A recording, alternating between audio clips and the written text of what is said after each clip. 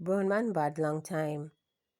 Dave Wilson, the murder suspect in Tuesday's 4-hour standoff with the security forces, served prison time in Canada for armed robberies and was reportedly deported at least 3 times. According to the Globe and Mail newspaper, Wilson was an accomplice, had been twice deported before a February 2003 robbery in Toronto, when heavily armed men, wearing bulletproof vests, overpowered guards in an armored truck, making a cash delivery to a bank.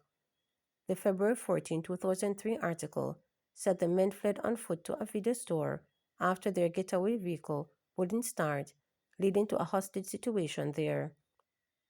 An employee reportedly managed to call the police, and when the store was surrounded by police, the men gave themselves up. The Globe and Mail said the Toronto police were outraged that 2 Jamaicans accused of a violent robbery and hostage taking had been deported from Canada on several previous occasions. I think it's disgusting. There's a surge that allows these guys to run in and out of this country.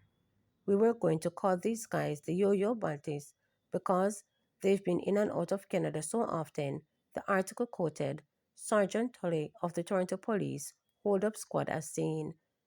The article also said the men had a fully loaded 9mm handgun and a fully loaded .23 caliber assault rifle. Police also recovered other firearms, bulletproof vests, balaclavas, and the stolen cash in the store's basement. Wilson and his accomplice had both been convicted and imprisoned in the 1990s for armed robberies, and on separate occasions, the two were deported after serving prison terms.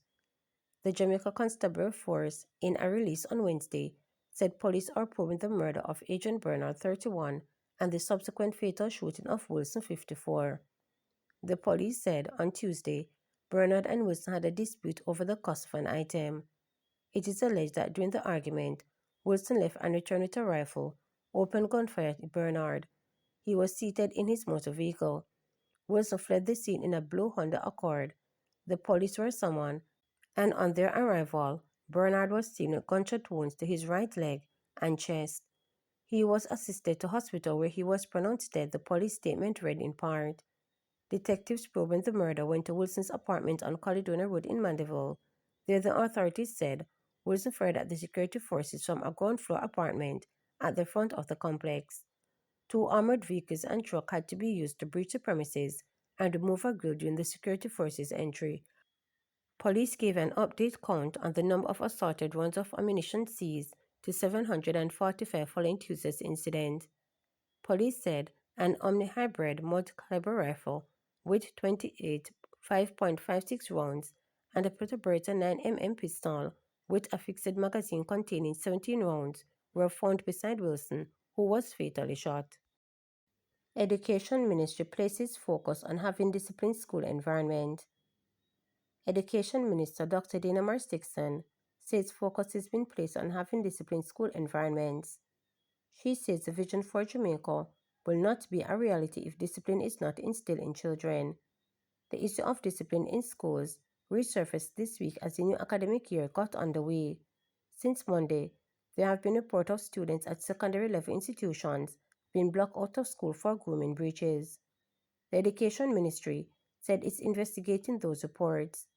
Speaking at the 140th anniversary celebration of Shortwood Teachers College, Dr. Marstix indicated that principals and schools must be supported on the issue of discipline. She lamented that the school environment has changed.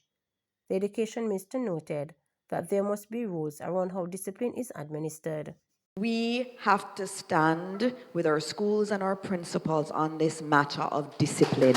And I say it all the time, our school environment has changed. We have our children coming to school from homes where nobody cares to teach them how to be a good citizen. Nobody cares to instill discipline in them. They're not getting it in the home. They're not getting it in the community. Our schools have become something different. Our teachers are becoming the parents. Our teachers are often not just the guidance counselor, but they're taking on the role that the family should have taken on. It is not easy being in our schools or in our classrooms. It's very difficult.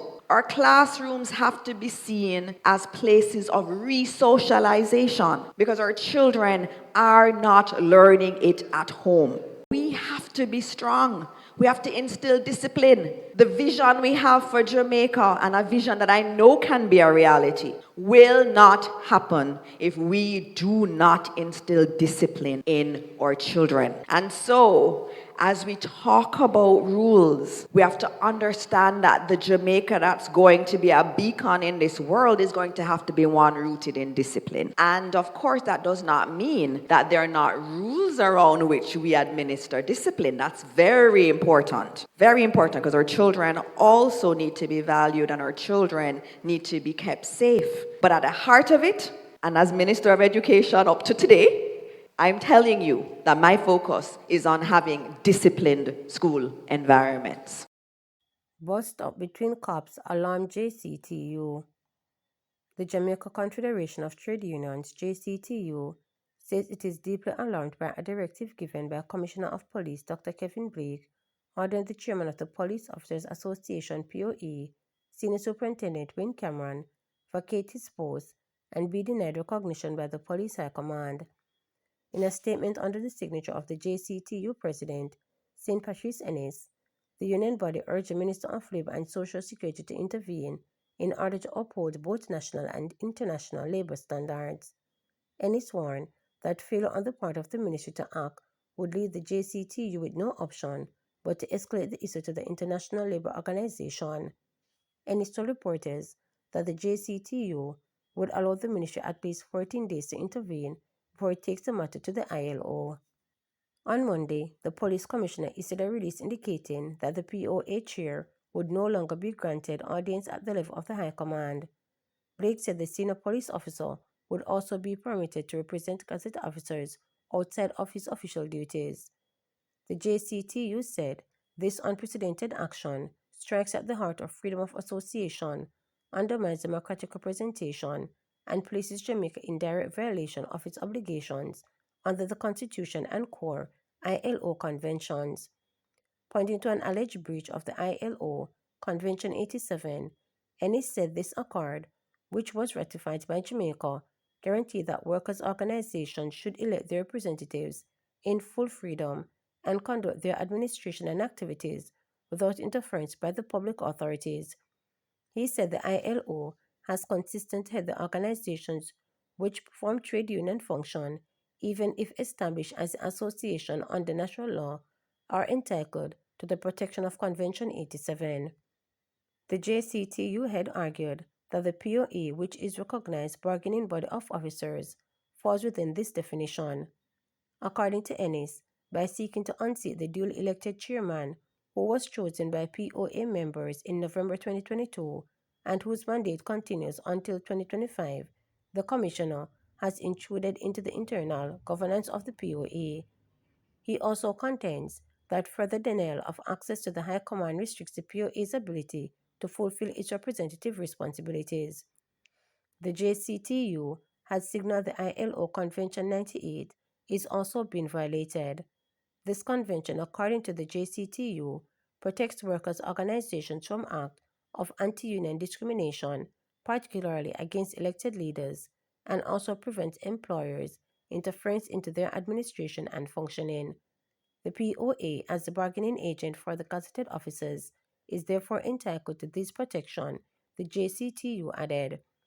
The Commissioner's directive, issued in the wake of a formal complaint lodged by Cameron with the Police Service Commission, constitutes an act of anti-union discrimination. By stripping the elected chairman of recognition and participation in collective processes, the High Command is interfering with the independence of the POA and undermining the collective bargaining rights of gazetted officers, the union noted. Further, the JCTU is arguing that the Commissioner's directive is also unconstitutional. Highly fundamental rights in the Constitution, such as freedom of association and equality before the law, the JCTU said this constitutional guarantees protection the right of POA members to freely elect and maintain their leadership and to participate in their association's activities without interference by the state or the employer. by attempting to remove an elected chairman and denying him recognition. The Commissioner has undermined both freedom of association and equality before the law, striking at the rest of the Constitution itself, declares fundamental and enforceable. Cameron had signaled that he would be meeting with his attorneys to discuss the way forward. In his release earlier this week, the Commissioner said the High Command was concerned that reports of alleged indiscipline and misconduct by the chairman may compromise the conduct of the POA, particularly at a time when the organization is required to engage in highly technical salary and beneficial negotiations with the government. Blake said reports of the executive's failure to meet the conduct of the business of the POA, as well as to convene a general meeting over several years, have enforced this position. Cameron was elected chairman of the POA in 2019. The association represents personnel from the rank of assistant superintendent to deputy commissioner. To subscribe, like, share, and click the notification bell for daily updates.